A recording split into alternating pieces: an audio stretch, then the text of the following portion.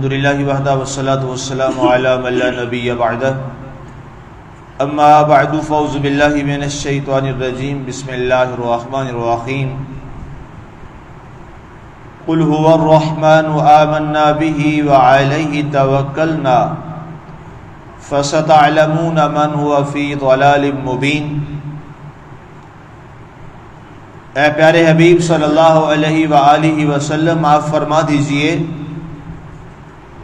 وہی رحمان ہے، ہم اس پر ایمان لائے اور ہمارا توکل اسی پر ہوا، سو ان قریب تم جان لوگے کہ کون کھلی گمراہی میں پڑا ہے۔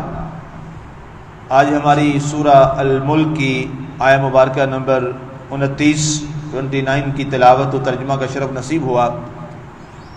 سامعین، کل ہماری گفتگو یہ چل رہی تھی کہ کفار مکہ نے اور مشرکین مکہ اور منافقین نے جب اللہ کے نبی صلی اللہ علیہ وآلہ وسلم سے کچھ ایسی باتیں کی جو براہ راست اللہ تعالیٰ کی ذات کے خلاف تھیں، اس کے کل تفصیلی جوابات آپ نے سماعت کیے۔ اس کے بعد آج کی آیہ مبارکہ میں اللہ تعالیٰ نے اپنے حبیب پاک صلی اللہ علیہ وآلہ وسلم کی زبانی اور آپ کے واسطہ اور ذریعہ سے اپنے حبیب پاک صلی اللہ علیہ وآلہ وسلم کی اللہ کے ساتھ جو محبت ہے اس کا ذکر کیا۔ اب گویا کمال بات یہ ہے کہ اللہ تعالیٰ خود اپنے حبیب کی محبت کا ذکر قرآن پاک میں کر رہا ہے۔ اب یہ نہیں ہے کہ سرکار دو عالم صلی اللہ علیہ وسلم نے خود یہ فرمایا کہ مجھے اللہ سے بہت محبت ہے۔ اب کمال بات یہ ہے کہ ہمیشہ چھوٹا شخص جو ہے وہ بڑے سے اس کا تعلق ہو تو وہ اپنی محبت کو بڑے فخر سے بیان کرتا ہے، لیکن یہاں قرآن کی جو ترتیب ہے وہ اس کے برعکس ہے اپنے حبیب کے حوالے سے، کہ یہاں آقا کریم علیہ الصلوۃ والسلام نہیں بلکہ اللہ جو بڑی ذات ہے وہ بیان کر رہا ہے کہ اے لوگو، میں اپنے حبیب سے بہت زیادہ محبت کرتا ہوں۔ سبحان اللہ۔ یہ اعزاز اللہ تعالیٰ نے صرف اور صرف اپنے حبیب پاک صلی اللہ علیہ وسلم کو عطا فرمایا۔ تو کیا فرمایا؟ قل اے حبیب آپ فرما دیجئے، آپ ارشاد فرمائیے، هو الرحمن، اللہ کی ذات وہ ہے جو بڑی رحمان ہے، جو بڑی مہربان ہے۔ اب یہاں اللہ تعالیٰ نے لفظ رحمان استعمال فرمایا ہے، اس کی مفسرین نے بڑی پیاری خوبصورت وضاحت فرمائی، کہا رحیم کا لفظ استعمال نہیں فرمایا، اللہ نے یہاں پر لفظ استعمال فرمایا ہے رحمان۔ رحمان اور رحیم کا عام طور پہ ترجمہ ایک ہی کیا جاتا ہے، عام طور پر لوگ اس کا ایک ہی ترجمہ کر دیتے ہیں، مہربان۔ مہربان لوگ اس کا معنی کرتے ہیں، لیکن اس معنی میں عربی زبان کے اندر بڑا دقیق سا اور بڑا عمیق سا فرق ہے، اور فرق یہ ہے کہ رحمان کا معنی یہ ہوتا ہے کہ جو اپنوں کے ساتھ تو بڑا مہربان ہو لیکن دشمنوں کے ساتھ مہربان نہ ہو، اسے رحمان کہتے تھے عرب والے لوگ، اور جو اپنوں اور دشمنوں کے ساتھ، اپنوں اور پرایوں کے ساتھ، سب کے ساتھ مہربان ہو، اسے وہ عربی زبان میں رحیم کہتے تھے۔ اب اللہ تعالیٰ نے یہاں لفظ فرمایا رحمان، کفار کے حوالہ سے ذکر ہوا، فرمایا میں ایمان والوں کے ساتھ تو بڑا شفقت اور بڑا رحم فرمانے والا ہوں، لیکن پیارے حبیب جب کافروں کی بات آئے گی تو ان کے ساتھ میں شفقت نہیں کروں گا۔ مومنوں کے ساتھ میرا معاملہ رحمان والا ہے، رحیم والا ہے، ہمیشہ محبت والا ہے، لیکن اللہ تعالیٰ نے قرآن پاک میں جہاں اپنے حبیب پاک صلی اللہ علیہ وسلم کی ذات کا ذکر کیا تو فرمایا رؤوف رحیم، فرمایا ہمارا حبیب وہ ہے جو اپنوں کے ساتھ بھی مہربان ہے، دشمنوں کے ساتھ بھی مہربان۔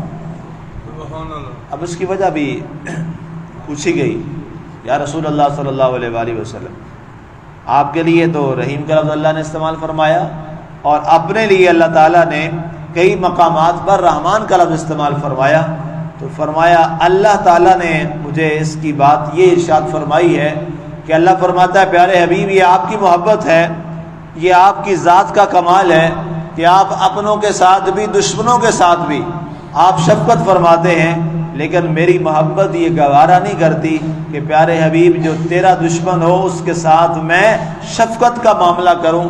فرمایا نہیں، جو تجھے مانے گا، تجھ سے محبت کرے گا، تیری غلامی اختیار کرے گا، اس کے ساتھ میں رحمان والا معاملہ، شفقت والا کروں گا، لیکن اگر کوئی تیری ذات کے خلاف کوئی بات کرے گا تو پھر اس کے حوالہ سے میں رحمان یوں ہوں کہ اس دشمن سے میں پورا انتقام لوں گا۔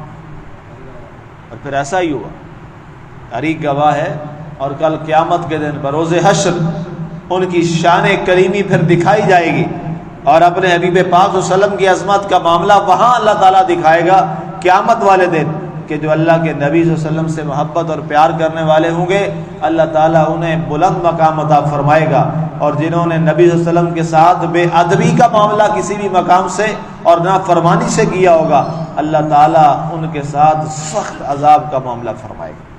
تو اس لیے یہاں لفظ استعمال فرمایا رحمان، یہ وضاحت مفسرین کی ہے، قل ہے نبی فرما دیجئے هو الرحمن، وہ رحمان ہے۔ اب چونکہ یہ جواب کن کو دینا تھا؟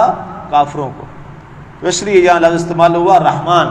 قل ہے نبی فرما دیجئے هو الرحمن، وہی رحمان ہے، آمنا بھی، جس پر ہم ایمان لائے۔ اب تم کافروں کی بات کر رہے ہو، تم اپنے بتوں کی بات کر رہے ہو جو کہ کافر ہیں، ناپاک ہیں، نجس ہیں، پلید ہیں۔ فرمایا ہم اس رب پر ایمان لائے ہیں، اس رحمان پر ایمان لائے ہیں جو ازل سے ہے، ابد تک رہے گا، اور جس کو اپنے دوستوں کا بھی پتہ ہے، دشمنوں کا بھی پتہ ہے، اپنے کا بھی پتہ ہے، پرائے کا بھی پتہ ہے۔ تمہارے بت اور خدا تو وہ ہیں جنہیں نہ اپنوں کا فائدہ ہے، نقصان کا پتہ ہے، نہ پرائیوں کے نفع نقصان کا پتہ۔ فرمایا رحمان تو وہ ہے، معبود تو وہ ہے جس کو کم از کم اتنا تو فرق پتہ ہو کہ جو اس کے ساتھ محبت کرتا ہے وہ اسے نواز دے، اور جو اس کے خلاف چلتا ہے اسے وہ عذاب دے۔ فرمایا یہ تو معبود کا کم از کم اتنا تو معاملہ ہو، جو تمہارے معبود جھوٹے خدا ہیں انہیں تو نہ اپنوں کی تمیز ہے نہ پرائے کی تمیز، نہ انہیں اپنوں کی محبت کا کچھ پتہ ہے نہ پرایوں کی نفرت کا پتہ ہے، کیونکہ وہ کیا ہے؟ وہ اوثان ہیں، وہ تو بت ہیں، وہ تو پتھر ہیں، اور تمہارے ہاتھوں کے تراشے ہوئے اپنے پتھر ہیں۔ اگر فرمایا وَعَلَيْهِ تَوَكَّلْنَا، اللہ اکبر، یہ بڑا خوبصورت سبق ہے۔ فرمایا اللہ ہمارا رحمان، ہمارا معبود، اس پر ہم ایمان لائے اور اسی پر ہر معاملے میں ہم بھروسہ کرتے ہیں۔ فرمایا تم نے کیا ہے؟ تم نے تو کئی خدا بنا رکھے ہیں، یہ خدا بارش کا ہے، یہ خدا روزی کا ہے، یہ خدا تمہاری عزت کا ہے، یہ خدا تمہاری ذلت کا ہے، یہ تمہاری دلالت کا ہے، یہ تمہاری ہدایت کا ہے۔ اپنے طور پہ تم نے جو بنا رکھی ہیں، تمہارے کئی خدا ہیں، ایک خدا بھی تمہارا نہیں ہے۔ چلے اگر فرض کیا بت پرستی کر رہے تھے تو کسی ایک کو تو مان لیتے، ایک پر بھی نہ ٹھہرے، پھر ان خداؤں، جھوٹے خداؤں کے بھی کئی جھوٹے خدا آگے بنا لیے۔ فرمایا ہمارا ایک ہی خدا ہے، ہمارا ایک ہی معبود ہے، وحدہ لا شریک۔ ہم خوشی میں بھی اسی پر توکل کرتے ہیں، غم میں بھی اسی پر بھروسہ کرتے ہیں، اور اگر کبھی غم اور آزمائش کی گھڑیاں آ جائیں تو ہم پریشان اس لیے نہیں ہوتے کہ ہمارا رب ہمیں دیکھ رہا ہے۔ اگر اس نے کبھی خوشیاں دی تھی، آج اگر غم دیے ہیں تو ان غموں کو بھی ختم کر کے خوشیوں کے لمحات پھر بولے آئے گا۔ خوشی اور غمی کس کی طرف سے ہے؟ من جانب اللہ تعالی، یہ اللہ کی ذات کی طرف سے۔ اچھے حالات بھی اللہ کی ذات کی طرف سے ہیں، برے حالات بھی اللہ کی ذات کی طرف سے ہیں، فراخی کے دن بھی اللہ کی طرف سے ہیں، تنگی کے دن بھی اللہ کی طرف سے ہیں۔ تو اس لیے ہم ہر معاملے میں کیا کرتے ہیں؟ وَعَلَيْهِ تَوَكَّلْنَا، ہم نے ہر لمحہ بھروسہ اپنے خالق پر ہی رکھا۔ اور اللہ پر بھروسہ کرنے میں انسان کے لیے بڑی آسانی ہو جاتی ہے۔ اگر انسان اللہ کی ذات پہ بھروسہ کر لے نا، اور اپنی زندگی کی جو ڈوریں ہیں وہ اللہ کی ذات پہ چھوڑ دے، اور اللہ تعالیٰ کی ذات پر بھروسہ کر کے اللہ کے ساتھ تعلق کو مضبوط رکھے، اچھے یا برے حالات جیسے بھی ہوں، تو یاد رکھیے گا یہ توکل ایسی طاقت ہے جو انسان کو کبھی پھر مایوس نہیں ہونے دے گی۔ توکل ایک ایسا ایمان ہے تو انسان کو کبھی کمزور نہیں ہونے دے گا۔ انسان پھر یہ سوچے گا علیہ توکلنا، جس پر میں نے بھروسہ کیا ہے وہ بہت بڑی ذات ہے، وہ بہت بڑی ذات ہے۔ اور قرآن میں اللہ خود فرماتا ہے وَمَن يَتَوَكَّلْ عَلَى اللَّهِ فَهُوَ حَسْبُهُ، جو اللہ پر بھروسہ کرتا ہے پھر اس کے لیے اللہ کافی ہوتا ہے۔ اور باقاعدہ یہ دعا سکھائی گئی کہ آپ یہ دعا کیا کریں، حسبنا اللہ، ہمیں اللہ کافی ہے، اللہ کافی ہے۔ اور واقعی جس شخص نے اس وظیفے کو مضبوط کیا، مطلب وظیفے سے مراد دل سے اس بات کو یقین سے مان لیا کہ حسبنا اللہ، میرے لیے ہمارے لیے اللہ کافی ہے، تو پھر اللہ اس کے لیے کافی بن کے آیا بھی ہے۔ سبحان اللہ۔ بہت ساری مثالیں قرآن میں آپ سن چکے ہیں، پیچھے گزر چکی ہیں تفسیر میں۔ آگے ارشاد فرمایا فَسَتَعْلَمُونَ مَنْ هُوَ فِي ضَلَالٍ مُبِينٍ۔ یہ ایک سوال کا جواب ہے، سوال اور ایک اعتراض کا جواب ہے۔ اعتراض یہ تھا کہ نعوذ باللہ کافر اور بت پرست یہ کہتے تھے ہمارے نبی صلی اللہ علیہ وسلم اور ان کے ماننے والوں کو کہ نعوذ باللہ تم گمراہ ہو، تم گمراہ ہو چکے ہو، ہم تو اپنے صدیوں پرانے باپ دادا کے مذہب پر ہیں، جو ہمارے باپ دادا ایک صدیوں سے بت پرستی کرتے آ رہے تھے، ہم تو اسی پر چل رہے ہیں۔ یہ کہاں سے آ گیا ابن عبداللہ، نعوذ باللہ وہ ابن عبداللہ کہتے تھے، یہ ابن عبداللہ کہاں سے آ گیا جو آ کے ہمارے آباء و اجداد کے مذہب کو برا کہہ رہا ہے، بت پرستی کو برا کہہ رہا ہے، اور ایک نئے دین کی بات کر رہا ہے۔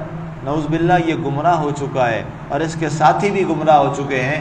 تو اللہ نے اس کا جواب دیا، فرمایا فَسَتَعْلَمُونَ مَنْ هُوَ فِي ضَلَالٍ مُبِينٍ، ان قریب یہ وقت آنے والا ہے، انہیں پتہ لگ جائے گا گمراہ کون ہے اور حق پر کون ہے۔ ہمارا محبوب حق پر ہے، یہ گمراہی پر ہے۔ اور اس کا معاملہ انہیں کہاں نظر آئے گا؟ قیامت والے دن، جب انہیں جہنم میں ڈالا جائے گا اور میرے نبی صلی اللہ علیہ وسلم کے صحابہ اور ان کے ماننے والے، قیامت تک ماننے والے جو غلام ہیں، اللہ تعالیٰ انہیں جنت میں جگہ عطا فرمائے گا۔ اللہ تعالیٰ کی ذات ہمیں ہدایت نصیب فرمائے اور ہمیں ہدایت پر قائم رکھے، اور ہر معاملے میں اسی کی ذات پر بھروسہ رکھنے کی توفیق عطا فرمائے۔